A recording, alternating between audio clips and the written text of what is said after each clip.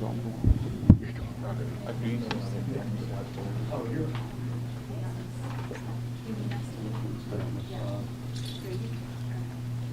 particular way we need to? No, yeah, y'all file in, fill the gaps, so we can get everybody in here. Everywhere. Come on over here. Yeah, you can come in a little closer. I know. I'll let mine in there. So I'm going to church. I'm paranoid it's going to take off in the middle. How we doing? Should we squeeze in a little bit more? Are we all right? We're good?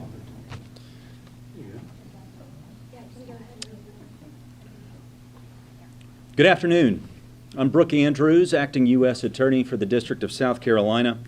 I have here with me today local law enforcement from across South Carolina and Assistant Special Agent in Charge, Mike Tooley from the Drug Enforcement Administration.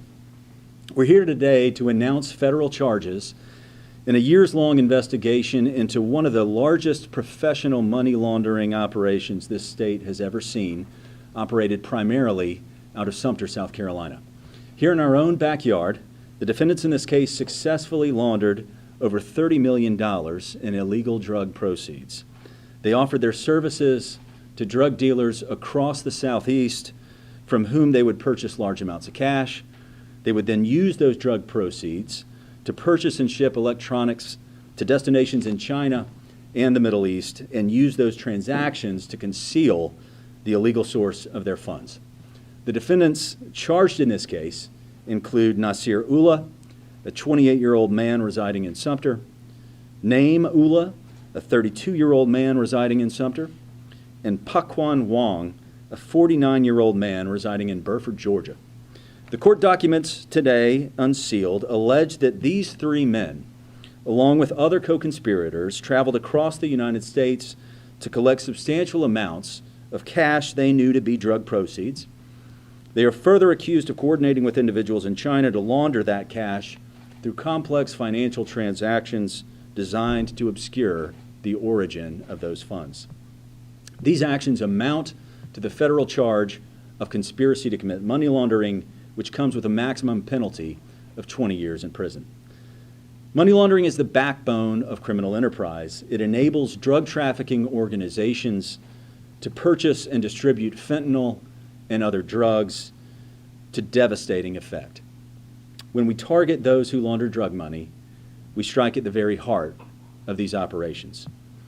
All of the agencies represented here today serve different communities in South Carolina where the defendants conducted their illegal operations. The defendants collected drug money in York County, Richland County, Sumter County, and Charleston County.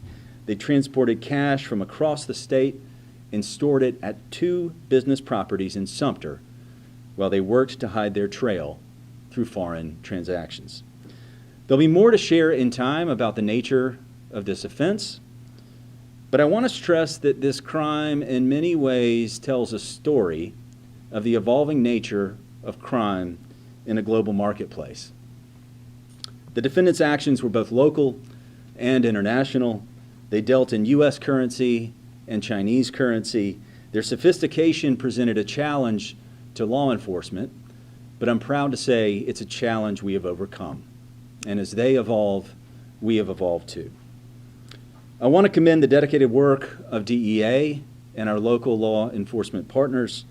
I also want to particularly thank Assistant U.S. Attorney and Senior Litigation Counsel Everett McMillan, along with trial attorneys Mary Daly and Jasmine Fashimi from the Money Laundering and Asset Recovery section of the DOJ Criminal Division. Their meticulous work has been instrumental in bringing forth these charges. I want to thank you all for being here today, and at this time I'll turn it over to Assistant Special Agent in Charge, Mike Tooley of the DEA. Good afternoon.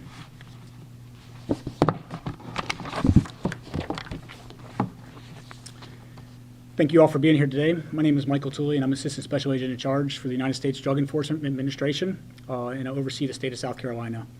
I want to begin today by thanking Acting United States Attorney for putting this together today and for his office's support for this investigation. I also want to thank the Department of Justice, the Money Laundering and Asset Recovery section, for their support of this investigation and taking us across the finish line here today.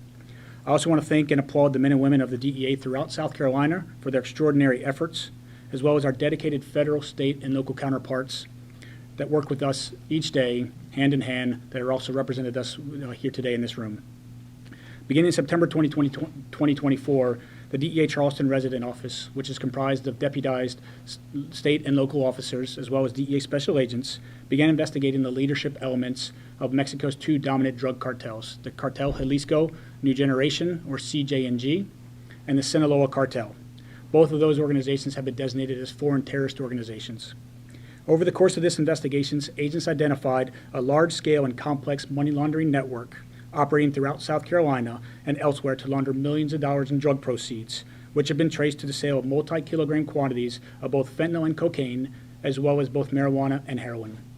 These defendants indicted worked for a sophisticated money laundering organization that laundered at least $30 million in drug proceeds related to the illegal distribution of fentanyl and cocaine, which were unlawfully imported into the United States, typically through Mexico. The defendants operated a series of storefronts in Sumter, South Carolina, which were used to facilitate an international trade-based money laundering scheme. The investigation revealed members of this organization traveled throughout the Southeast and picked up drug proceeds multiple times per week and brought those drug proceeds back into the state of South Carolina. The defendants also received millions of dollars in drug proceeds at the storefronts in South Carolina, in Sumter, and used this drug money to purchase electronic devices, which were then repackaged and shipped to Hong Kong, China, and the United Arab Emirates to then be resold. This case demonstrates our ability to leverage every tool available to us and aggressively attack and dismantle dangerous drug trafficking and money laundering organizations operating in South Carolina, across the United States, and abroad. We are using every authority and resource available to keep these dangerous networks, these criminals, and the poison they distribute off of our streets, out of our community, and out of our country. We at DEA consider a lethal dose of fentanyl to be 2 milligrams, which is roughly the size of the tip of a sharpened pencil.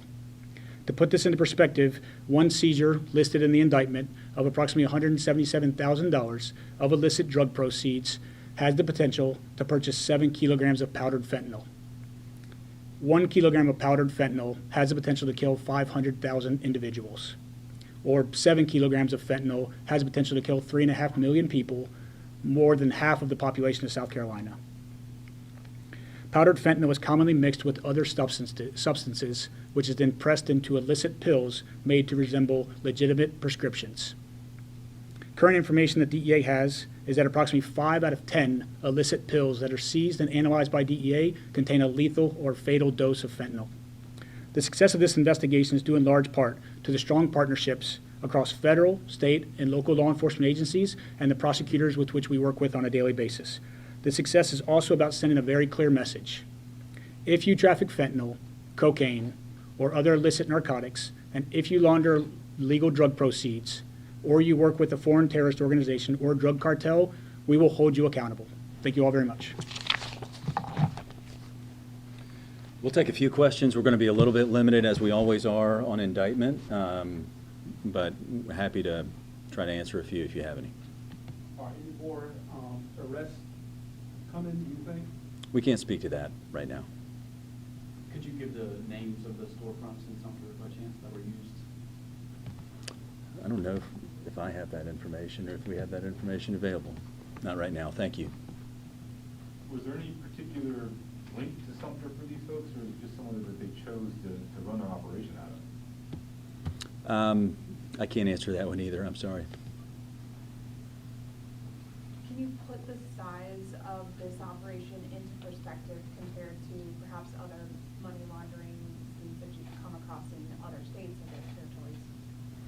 I would say for a scheme of this nature, which is to say a professional money laundering organization where these people, in fact, had a dedicated business enterprise of just laundering money, this is certainly one of the largest we've seen in South Carolina. Has there been any collaboration with your counterparts overseas, foreign counterparts like in China or in Mexico during the course of this operation or at this point? I can't speak to that at this time. You said that there were some $30 million laundered. Was that sent to China? Or China and Mexico? The nature of the scheme was such that the money was laundered primarily through sales of electronics, most of which went to China. That's correct. Now, there are 1.4 billion people in China. Do you have the names of any Chinese people or businesses who might have received that money? I can't speak to that at this Can't time, speak to John. that. Yeah. thank Or you. cities, Wuhan, Shanghai, Beijing? No, don't have that. Thank you. All right. Well, thank you so much. Thank you all.